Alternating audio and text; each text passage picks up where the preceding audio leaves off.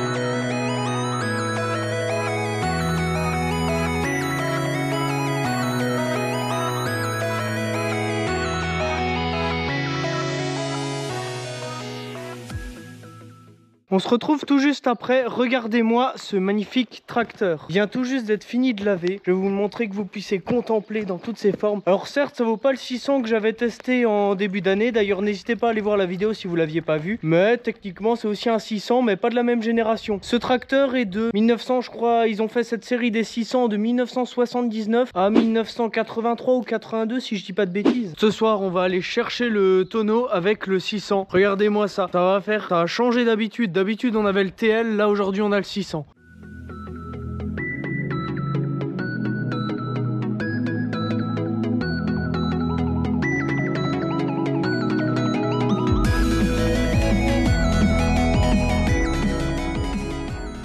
Regardez-moi ça, quel tracteur magnifique. Je viens tout juste d'accrocher le tonneau et puis c'est reparti pour aller le ramener. J'ai eu un peu de mal justement à accrocher justement ce tracteur là, accrocher le timon à ce relevage là, car les anciens relevages ont un peu une réaction bizarre, ils mettent du temps à réagir. Enfin, j'ai vraiment pas l'habitude, c'est très spécial ces tracteurs. En vrai c'est rigolo quand même.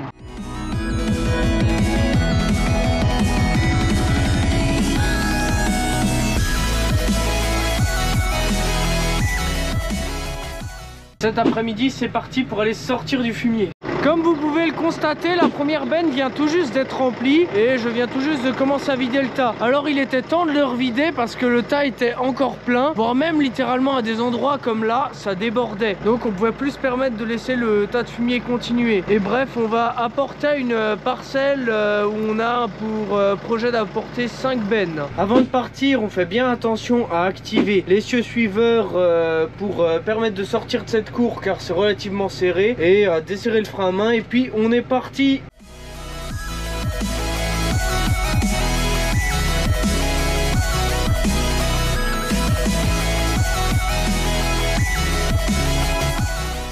Aujourd'hui, premier travail de la journée, on va remettre de l'huile de direction dans le tracteur. Alors la raison principale est qu'il perd encore de l'huile de direction. Comme vous l'avez dû le voir dans mes précédentes vidéos, on a déjà changé les 2 durites de direction, mais malheureusement ça continue de fuir.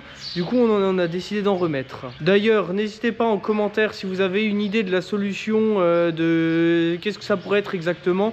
N'hésitez pas à le dire en commentaire. Toute la partie direction est pourtant bien sèche, on voit pas d'endroit où ça pourrait fuir et pourtant ça fuit. C'est parti pour la deuxième étape. Là on va re-ranger des sacs d'enrubanés et des filets de bottes. Donc comme je vous l'avais expliqué déjà dans la précédente vidéo, on les met dans des sacs Agrivalor pour pouvoir les recycler par la suite. Et là, comme ça faisait un moment qu'on n'avait plus de sacs Agrivalor, il a fallu qu'on aille en rechercher, et depuis on n'a pas eu le temps de les remettre dans des sacs pour bien les ranger. Donc c'est ce que je vais faire.